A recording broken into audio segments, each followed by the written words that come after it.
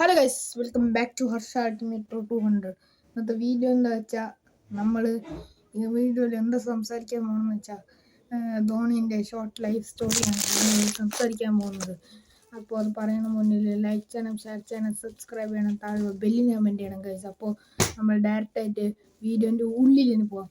അപ്പോൾ 1981 ജൂലൈ 7 ജാർഖണ്ഡിൽ ഒരു കുട്ടി പിറക്കുകയാണ്.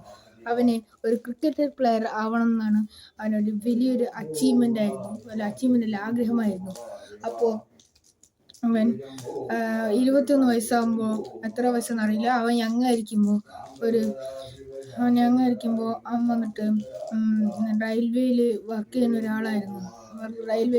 ഒരാളായി മാറി. പിന്നെ അവനെ ആ ക്രിക്കറ്റർ ആവണമെന്നൊരാഗ്രഹത്തിന് അവൻ വിട്ടില്ല. പിന്നെ അവൻ കുറേ ശ്രമിച്ചുകൊണ്ടിരിക്കുന്നു. പിന്നെ അവനെ കോൺഫിഡൻസ് വരുത്താനായിട്ട് അവൻ്റെ സൗത്ത് ഇന്ത്യൻ റെയിൽവേ മാനേജർ വന്നിട്ട് അവൻ്റെ അടുത്ത് പറയുകയാണ്. എന്താണെന്ന് വെച്ചാൽ, ധോണി എന്നെ കൊണ്ട് പറ്റും, നീ ശ്രമിക്കുക, അങ്ങനെയൊക്കെ കുറേ പറയുകയാണ് ഗൈസ്. പിന്നെ ധോണീനെ കുറച്ച് കോൺഫിഡൻസ് വന്നു. പിന്നെ അവൻ്റെ മാനേജർ വന്നിട്ട് ക്രിക്കറ്റിൽ കഷ്ടപ്പെട്ട് ചേർത്ത് വിട്ടു. പിന്നെ അവൻ റെയിൽവേ കഴിഞ്ഞിട്ട് കോച്ചിങ്ങിനൊക്കെ പോയി. പിന്നെ അവൻ ICC ഡെബ്യൂട്ടായി. പിന്നെ അവൻ ICC പോയിട്ട്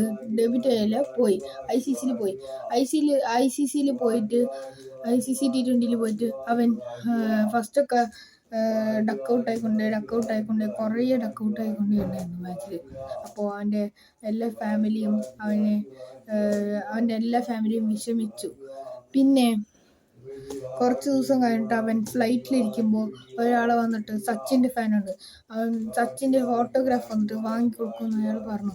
ശരി പറഞ്ഞിട്ട് ധോണിയും സച്ചിൻ്റെ ഓട്ടോഗ്രാഫ് വാങ്ങിച്ചു കൊടുത്തു. നിങ്ങൾ സച്ചിൻ്റെ ഫാനാണെന്ന് ധോണി പറഞ്ഞു. ആണ്, ഞാൻ വലിയൊരു സച്ചിൻ്റെ ഫാനാണ്. നിങ്ങളാരാണ്? മഹേന്ദ്ര സിംഗ് ധോണി എന്ന് പറഞ്ഞു. അപ്പോൾ അവൻ വന്നിട്ട് എന്തായിരുന്നു പറഞ്ഞു, ധോണിൻ്റെ അടുത്ത് എന്ത് പറഞ്ഞു വെച്ചാൽ, നിങ്ങളെ കൊണ്ട് പറ്റും, നിങ്ങളെല്ലാ മാച്ചും ഡക്കൗട്ട് ആവുന്നുണ്ട്, നിങ്ങളെ കൊണ്ട് പറ്റും, എന്നെ ഞാൻ വിശ്വസിക്കുന്നുണ്ട്, അങ്ങനെയൊക്കെ അവൻ പറഞ്ഞു. അപ്പോൾ അവൻ പറയുമ്പോൾ ആ ധോണിന് ഇനിയും നല്ലൊരു കോൺഫിഡൻസ് വരുത്തിയിരിക്കുന്നു. പിന്നെന്താ വെച്ചാൽ അവൻ അടുത്ത മാച്ച് തന്നെ ICC ട്രോഫിയിൽ അവൻ ഇന്ത്യന് വേണ്ടി വേൾഡ് കപ്പ് അടിച്ചു കൊടുത്തു. പിന്നെ സച്ചിന് ശേഷം അവനാണ് വേൾഡ് കപ്പ് അടിച്ചു കൊടുത്തത്. പിന്നെ അവൻ വന്നിട്ട് വേൾഡ് കപ്പിന് സച്ചിൻ്റെ അടുത്ത് കൊടുത്തു.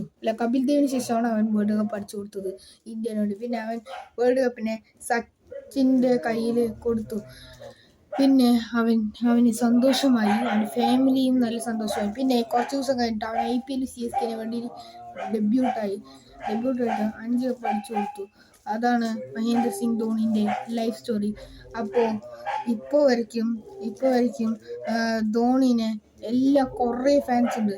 ഞാനും അടക്കം CSK ധോണീൻ്റെ ഫാനാണ്. അപ്പോൾ ഗൈസ്, ബൈ ബൈ. ഇത്രേ ഉള്ളൂ ലൈഫ് സ്റ്റോറി. ഈ ലൈഫ് സ്റ്റോറി ഇഷ്ടപ്പെട്ടെങ്കിൽ ലൈക്ക് ചെയ്യാം, ഷെയർ ചെയ്യാം, സബ്സ്ക്രൈബ് ചെയ്യണം, താഴെയുള്ള ബെല്ലിന് കമൻറ്റ് ചെയ്യണം ഗൈസ്. അപ്പോൾ ഗൈസ്, ബൈ ബൈ.